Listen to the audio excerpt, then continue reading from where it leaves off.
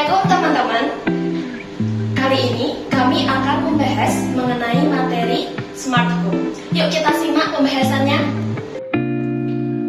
Perkembangan teknologi saat ini yang begitu pesat tidak dapat dipungkiri lagi.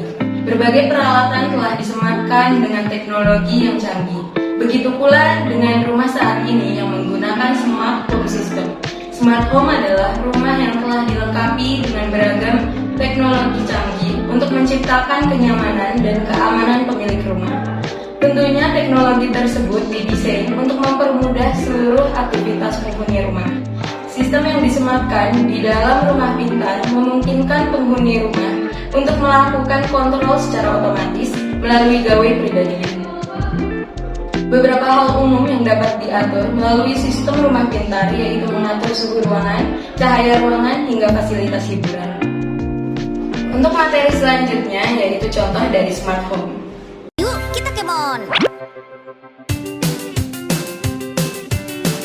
Mau nyalain atau matiin lampu pakai smartphone. Mau matiin peralatan elektronik yang gak kepakai bisa pakai smartphone juga. Ngecek CCTV lewat smartphone bisa juga dong. Nah kayak gini nih perabot no repot yang serba terkoneksi dengan internet. Teknologi yang digunakan berbagai peralatan untuk menunjang smart home adalah IoT, kependekan dari Internet of Things. Dengan teknologi IoT, berbagai perabot rumah tangga dapat terhubung dengan perangkat komputer melalui internet.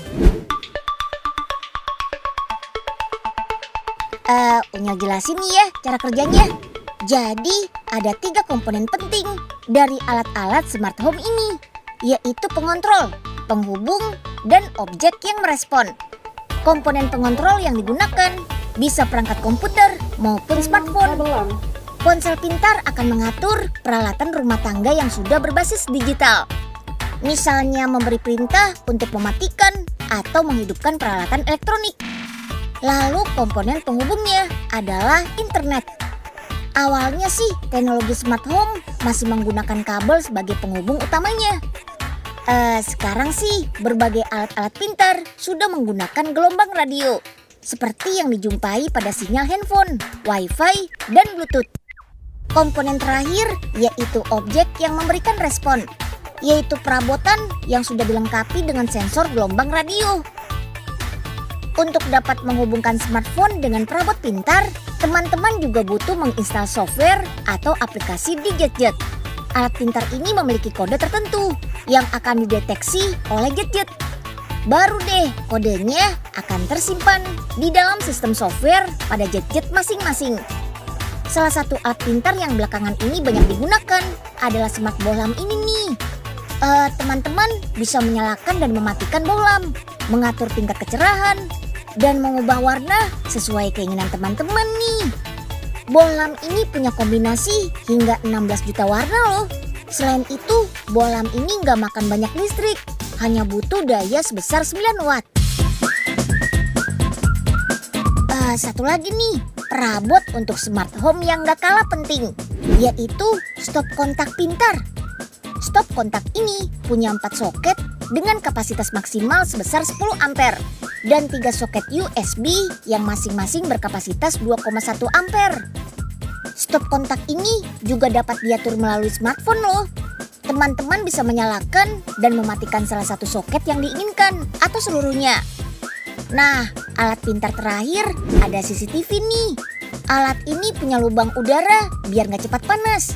Ada juga slot SD card dengan kapasitas maksimal 128 GB untuk menyimpan video.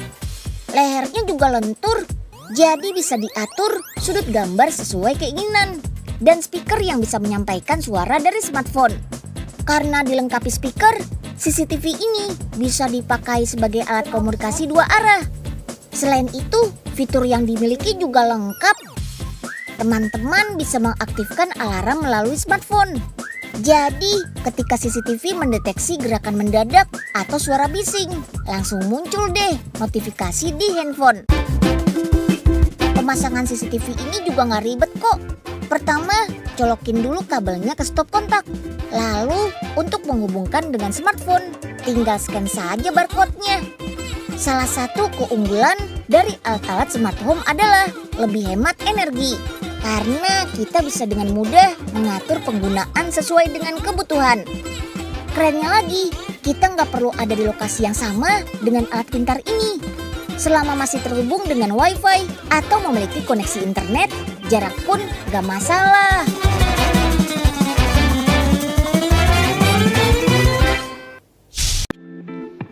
Tentunya memiliki rumah yang telah dilengkapi dengan sistem rumah pintar menempatkan banyak kelebihannya. Lalu apa saja kelebihan dari menggunakan smart home system? Antara lain yaitu yang pertama adalah meningkatkan keamanan rumah. Setiap orang pastinya menginginkan rumah yang aman dari apapun.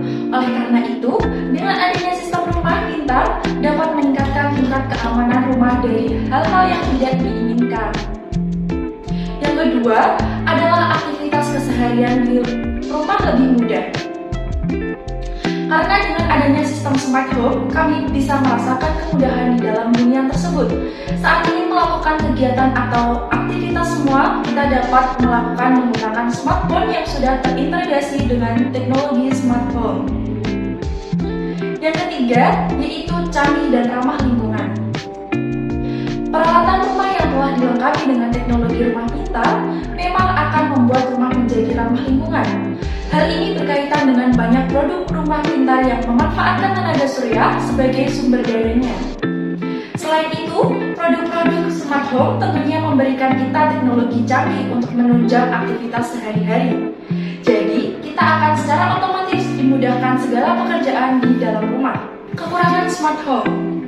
Yang pertama, yaitu kesalahan teknis. Walaupun seluruh produk dari sistem rumah pintar telah dibuat secanggih mungkin, namun terkadang masih ada saja celah untuk terjadi kesalahan teknis. Layaknya seperangkat keras lainnya, produk-produk dari sistem rumah pintar pun sedemikian. Yang kedua, yaitu potensi pencurian data. Pencurian data memang hal yang sangat mengkhawatirkan, apalagi tersebut dilakukan seorang menghubungkan banyak perangkat yang saling terkoneksi. Dan yang ketiga yaitu bergantung pada internet. Persyaratan dasar untuk smart home adalah internet. Tanpa koneksi internet yang baik dan kuat, kita tidak bisa mengendalikan hal ini. Oke teman-teman, sekian pembahasan materi dari kelompok kami. Terima kasih. Wassalamualaikum warahmatullahi wabarakatuh.